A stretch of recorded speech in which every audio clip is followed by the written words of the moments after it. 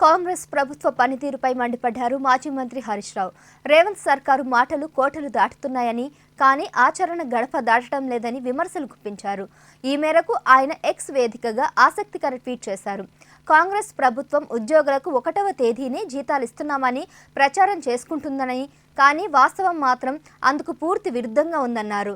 రాష్ట్ర వ్యాప్తంగా గురుకులాల్లో పనిచేస్తున్న ఐసీటీ కంప్యూటర్ టీచర్లకు 3 నెలలుగా జీతాలు అందడం లేదని, దీంతో వారు అప్పులు పాలయ్యి అనేక ఇబ్బందులు పడుతున్నారని చెప్పారు. ఆయా కుటుంబాలు రోడ్డున పడుతున్నాయని, కాంగ్రెస్ ప్రభుత్వం ఇప్పటికైనా స్పందించి పెండింగ్ జీతాలను వెంటనే చెల్లించాలని హరీష్ రావు డిమాండ్ చేశారు.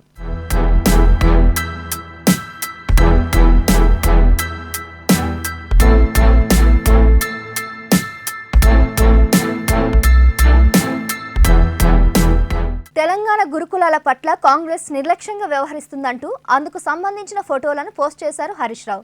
నిర్మల్ జిల్లా నర్సాపూర్ మండల్ కేంద్రంలోని కేజీవీపీ పాఠశాలలో 11 మంది విద్యార్థినులు కలుషిత ఆహారం తిని తీవ్ర అస్వస్థతకు గురై ఆసుపత్రిలో చేరినట్లు పేర్కొన్నారు.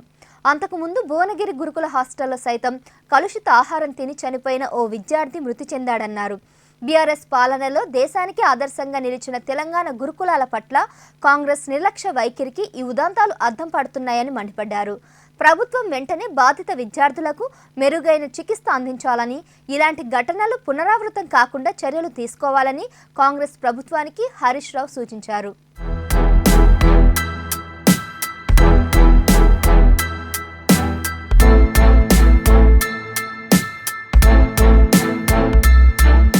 కాంగ్రెస్ 6 గ్యారెంటీలు 100 అబద్ధాలతో సమానమని మరో ట్వీట్ చేశారు హరీష్ రావు.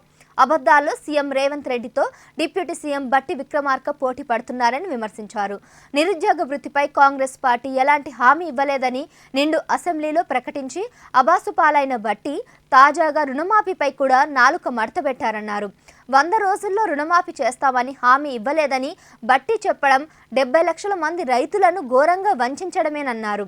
డిసెంబర్ 9న 2 లక్షల రుణమాఫీ చేస్తామని రేవంత్ రెడ్డి పీసీసీ అధ్యక్షుడు హోదాలో చెప్పిన విషయాన్ని గుర్తు చేశారు. ముఖ్యమంత్రిగా మొదటి సంతకం రుణమాఫీపైనే అని రేవంత్ చెప్పిన విషయం బట్టి తెలియనట్టు నటించడం హాస్యాస్పదమని హరీష్ రావు ఎద్దేవా చేశారు.